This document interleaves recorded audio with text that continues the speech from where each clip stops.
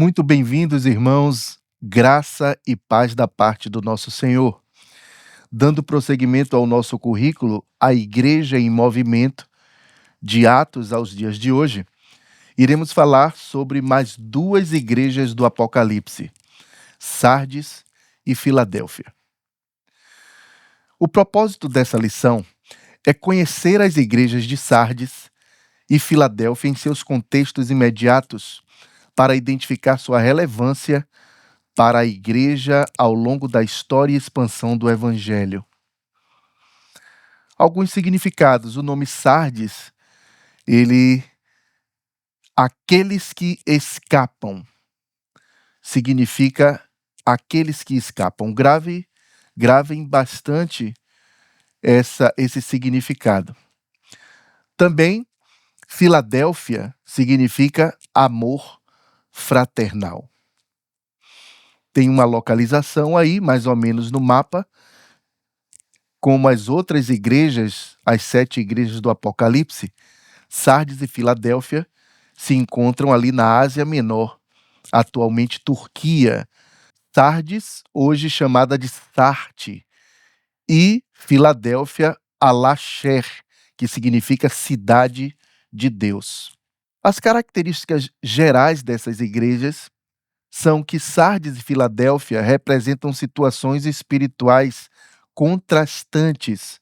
Enquanto Sardes é descrita como uma igreja espiritualmente morta, Filadélfia é elogiada por sua fidelidade e perseverança.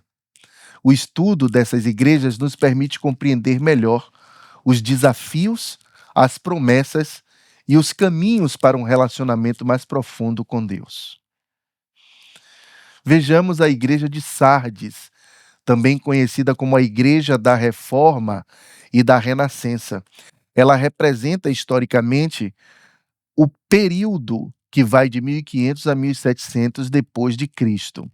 Como vocês sabem, essas igrejas existiram realmente no período de João, que escreveu o Apocalipse, mais ou menos ali no período do imperador Domiciano, 96 depois de Cristo.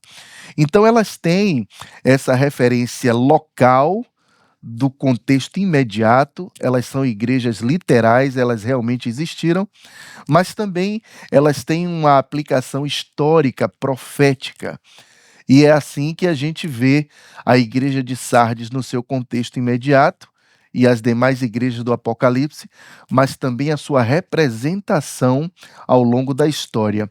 A igreja de Sardes, ela representa a igreja da Reforma. Abra sua Bíblia, portanto, em Apocalipse 3, porque as duas igrejas que iremos estudar hoje estão nesse capítulo. Um pouco do contexto da cidade de Sardes. Ela foi fundada em 700 a.C., era uma das mais ricas e prósperas do mundo antigo. Situava-se em um ponto estratégico e possuía uma segurança quase intransponível. No entanto, essa falsa sensação de invulnerabilidade levou à sua ruína quando foi invadida por Ciro o Grande. Da mesma forma, a igreja em Sardes vivia de glórias passadas, sem percepção de sua decadência espiritual. Abra sua Bíblia, portanto, a partir de agora em Apocalipse 3, porque essas duas igrejas estão ali relatadas no capítulo 3 de Apocalipse. Primeiro, como todas as cartas às igrejas, começa com uma apresentação do remetente, que é Jesus Cristo. Diz assim: ao anjo da igreja em Sardes, escreva: estas coisas diz aquele que tem os 7 Espíritos de Deus e as 7 estrelas. Conheço as obras que você realiza, que você tem fama de estar vivo, mas está morto. É uma declaração bem forte. E isso faz com que a gente pense na nossa caminhada cristã diante desta situação da igreja de Sardes, que parecia estar viva, mas, na verdade, estava morta. Os significados. O que significa os 7 Espíritos de Deus? Significa a plenitude do Espírito Santo. Algumas pessoas pegam essa situação para dizer que Deus tem mais de um espírito, mas na verdade, o número 7 na tradição bíblica, ele tem uma simbologia, e é exatamente essa simbologia da plenitude, da completude. Então, essa expressão, os 7 Espíritos de Deus, significa a plenitude do Espírito Santo. E quanto às 7 estrelas, representa a soberania de Cristo sobre a sua igreja. Como vimos em Apocalipse 1:20, as estrelas são os anjos da igreja. Em resumo, Jesus Cristo é Deus, porque ele tem a plenitude do Espírito Santo. Nós estamos buscando o enchimento. Jesus tem a plenitude e somente ele pode ter, porque ele é Deus. E além disso, ele tem o controle total das suas igrejas. Há uma denúncia, portanto, à igreja de Sardes, que é a seguinte: fique vigiando e fortaleça o restante que estava para morrer, porque verifiquei que as obras que você realiza não são íntegras na presença do meu Deus. Mas Jesus Cristo tem um reconhecimento à igreja de Sardes, apesar de suas obras não estarem, não estivessem sendo íntegras na presença de Deus. Mas você tem aí em Sardes umas poucas pessoas que não se contaminaram com suas vestes. Elas andarão comigo vestidas de branco, pois são dignas. Jesus Cristo, portanto, ele tem o conhecimento pleno da sua igreja. Ele sabe que apesar da igreja estar agindo de uma maneira errada, ele percebe que no meio dela existe um remanescente. Nós seríamos esse remanescente? Que Deus nos abençoe. E ele faz um encorajamento à igreja de Sardes. Lembre-se, pois, do que você recebeu e ouviu, guarde-o e arrependa-se.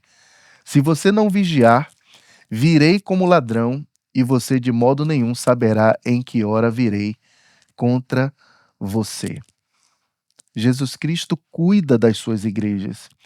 E apesar da igreja de Sardes praticar obras que não são íntegras diante de Deus, Jesus a encoraja ao arrependimento, como as outras igrejas que ele também buscou corrigir, para que ela possa se corrigir a tempo. E ele faz uma promessa: ao vencedor será assim vestido de branco, e de modo nenhum apagarei o seu nome do livro da vida. Pelo contrário, confessarei o seu nome diante de meu Pai e diante dos seus anjos. Quem tem ouvidos, ouça o que o Espírito diz às igrejas. Porque a igreja de Sardes representa esse período histórico. Porque as características da igreja de Sardes são muito parecidas com a igreja no período histórico que a gente citou anteriormente. A igreja estava praticando obras que eram indignas diante do Senhor, mas havia um remanescente. E a esse remanescente, Jesus elogiou e pediu que o restante se convertesse, se arrependesse e voltasse a um procedimento, a obras que realmente dignificassem o nome do Senhor. Quais as lições que nós podemos tirar, dentre muitas outras, do texto que se refere à igreja de Sardes? A primeira seria que ela tinha fama de estar viva, mas estava morta. Então ela vivia uma aparência, não era real o que ela vivia. Quem a observava de longe achava que era uma igreja pujante, viva, mas Deus, o olhar de Deus era diferente. Ele via Sardes como uma igreja morta. Isso é muito sério, porque o que nos interessa não é a nossa percepção ou a percepção das outras pessoas a respeito da nossa caminhada cristã individual e também como corpo de Cristo. O que nos interessa, na verdade, é o olhar de Deus sobre nós. Também Sardes tinha suas obras reprovadas por Deus. Deus não aceitava as obras que Sardes estava praticando. Significa que, mesmo sendo uma igreja do Senhor, as suas obras podem não estar condizentes com o que Deus espera de nós. Ela também possuía um remanescente que não se contaminou com o contexto, com as coisas do mundo que envolviam aquela igreja.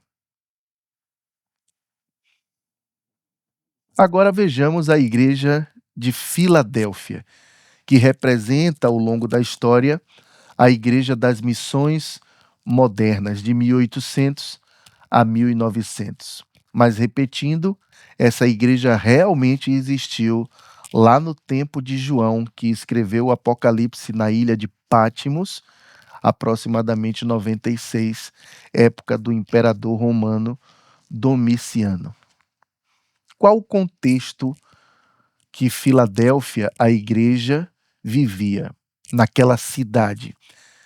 A cidade era relativamente pequena, localizada na região da Lídia, na Ásia Menor, atual Turquia, fundada no século II a.C. pelo rei Átalo II Filadelfo, da dinastia Atálida, de Pérgamo. Era rota comercial importante, ligando o interior da Ásia Menor ao mundo grego. Além de sua posição estratégica, Filadélfia era conhecida por sua atividade sísmica, pois estava situada em uma região propensa a terremotos. Também era um centro de culto imperial e adoração pagã, não muito diferente das demais igrejas daquela região da Ásia Menor, especialmente ligado ao deus Dionísio, essa adoração, esse culto imperial. Dionísio era o deus grego que simbolizava a alegria e também as orgias, não muito diferente do que acontece atualmente em festas no contexto brasileiro, como recentemente o carnaval, que quem impera na cidade, recebendo a chave da cidade, é o Momo. Momo tem características quase que iguais a Dionísio. No entanto, ao contrário de outras igrejas mencionadas no Apocalipse, Cristo não faz nenhuma crítica à igreja de Filadélfia, mas apenas a encoraja a permanecer fiel diante das adversidades. Então, uma igreja que também está num contexto adverso, uma igreja que está num contexto pagão, mesmo assim, ela pode prevalecer sem se contaminar diante dessas adversidades. Indo para o texto propriamente dito, em Apocalipse 3:7, nós vemos a seguinte apresentação: Ao anjo da igreja em Filadélfia, escreva: Estas coisas diz o santo, o verdadeiro, aquele que tem a chave de Davi, que abre e ninguém fechará, e que fecha e ninguém abrirá. Quais os significados desta apresentação? O santo, no Antigo Testamento, santo é um título exclusivo de Deus. Então, Jesus Cristo está, mais uma vez, mostrando a sua divindade. Além do que, A igreja estava num contexto mundano e ela precisava saber que Jesus Cristo é santo e que espera que a sua igreja também seja santa. Outro significado é o verdadeiro. Enquanto o mundo estava repleto de falsidade e idolatria, Cristo se apresenta como a verdade absoluta. João 14:6 está escrito o quê? Eu sou o caminho e a verdade e a vida. Ninguém vem ao Pai senão por mim. E aquele que tem a chave de Davi. Essa é uma referência direta a Isaías 22:22, onde Deus dá a Eliaquim autoridade sobre o reino de Davi. Jesus, como Messias, tem autoridade suprema para abrir e fechar portas, especialmente no acesso ao reino de Deus. Jesus Cristo, então, faz um reconhecimento à igreja de Filadélfia. Conheço as suas obras, eis que tenho posto diante de você uma porta aberta, a qual ninguém pode fechar. Sei que você tem pouca força, mas guardou a minha palavra e não negou o meu nome. Então veja, Filadélfia, além de tudo, era uma igreja de pouca força em comparação às demais, mas aos olhos de Cristo, uma igreja fiel, porque o que Deus espera acima de tudo da sua igreja é que ela seja fiel, mesmo com pouca força. E o reconhecimento que ele traz sobre a igreja de Filadélfia. Você guardou a palavra da minha perseverança, por isso também eu o guardarei da hora da provação que há de vir sobre o mundo inteiro, para pôr à prova os que habitam sobre a terra. Perceberam que para a igreja de Filadélfia não há nenhuma denúncia contra ela da parte do Senhor Jesus. Isso é interessante. Ela é vista como a igreja fiel, amor fraternal, como a gente viu o significado no início da aula desse nome Filadélfia. Jesus Cristo também é aquele que protege e que é justo com a sua igreja. Às vezes nós encontramos irmãos que querem fazer justiça com as próprias mãos, ou que ficam cobrando de Deus como se duvidasse da integridade de Deus em proteger a sua igreja e também os seus filhos. Eu lembro daquela passagem lá em Atos, quando Paulo estava indo para Damasco perseguir os cristãos, e Jesus aparece para ele e diz assim: Saulo, Saulo, por que me persegues? Duro é recalcitrar contra os aguilhões. Jesus Cristo estava dizendo que quem mexe com a sua igreja está mexendo com ele, porque Paulo não estava perseguindo diretamente o Senhor Jesus, ele estava perseguindo a igreja, até porque o Senhor Jesus já havia ascendido aos céus. Então, quem persegue a igreja, quem busca o mal da igreja, a igreja não precisa se defender.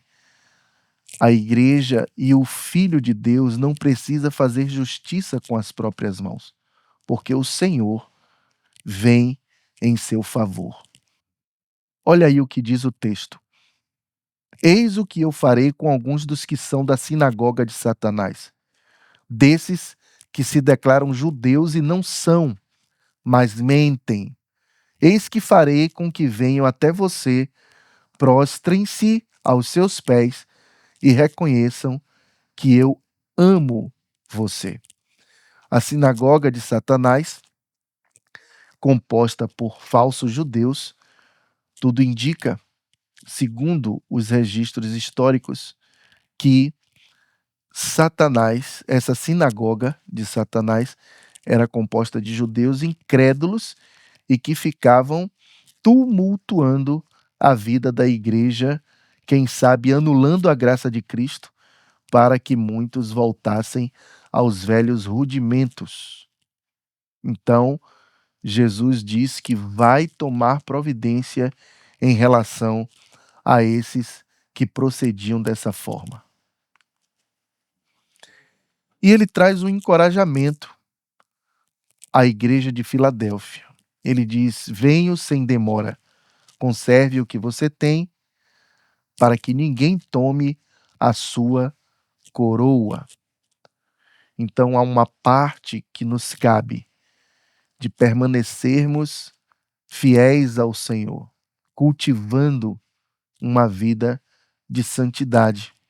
É Ele quem nos capacita para isso, mas nós precisamos também buscar. E ele faz essa promessa à igreja de Filadélfia: ao vencedor farei com que seja uma coluna no santuário do meu Deus, e dali jamais sairá. Gravarei sobre ele o nome do meu Deus, o nome da cidade do meu Deus, a nova Jerusalém que desce do céu, vinda da parte do meu Deus, e o meu novo nome. Quem tem ouvidos, ouça o que o Espírito diz às igrejas. Quais os significados dessas expressões que foram utilizadas no texto que acabamos de ler? Serão colunas no templo de Deus. Vocês lembram que a gente disse que a cidade de Filadélfia era uma cidade que lidava com abalos sísmicos. Então, essa é uma expressão que Cristo busca dar firmeza àquela igreja. Porque uma cidade em que a terra treme é uma cidade que causa instabilidade nas pessoas. Essa promessa, portanto, simbolizava estabilidade eterna na presença de Deus. Outra expressão: terão o nome de Deus escrito sobre si. Esse nome representa propriedade e identidade celestial, como vocês podem depois conferir também em Apocalipse 22:4. Outra expressão é: receberão o nome da Nova Jerusalém, isso garantindo a cidadania no reino eterno, como está em Apocalipse 21:2. Aqui também eu lembro sempre de que nós somos peregrinos e forasteiros. Aqui não é a nossa pátria. Nós devemos andar aqui com dignidade, buscando praticar a misericórdia, a honestidade, a verdade, o amor, mas nós não devemos criar raízes neste mundo. Existe uma ilustração muito interessante. O crente não deve criar raízes para baixo, ele deve criar raízes para cima, porque ele é cidadão dos céus. Filadélfia, que havia recebido um novo nome em honra a Tibério, agora teria um novo nome eterno em honra a Deus. Quais as lições, dentre muitas outras, que poderíamos destacar? A fidelidade ao Senhor.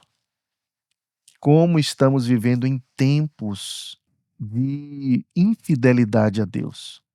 O nome de Jesus Cristo, a sua palavra, tem sido utilizada de maneira inescrupulosa por muitos e por outros de uma maneira ingênua, sem sabedoria, sem profundidade.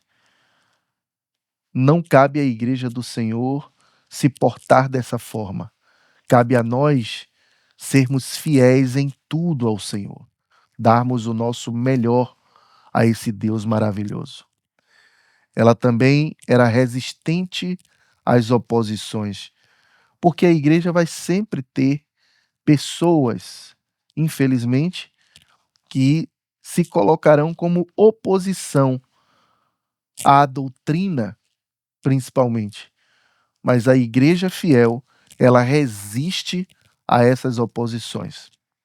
E uma terceira lição é que a igreja é guardada por Deus mediante as provações.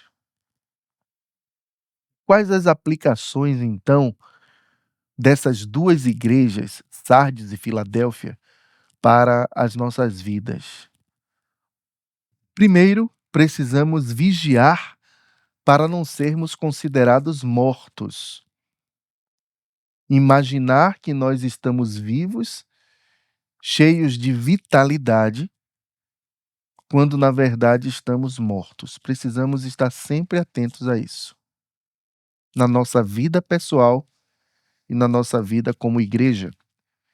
E como podemos verificar isso? Lendo as Escrituras, orando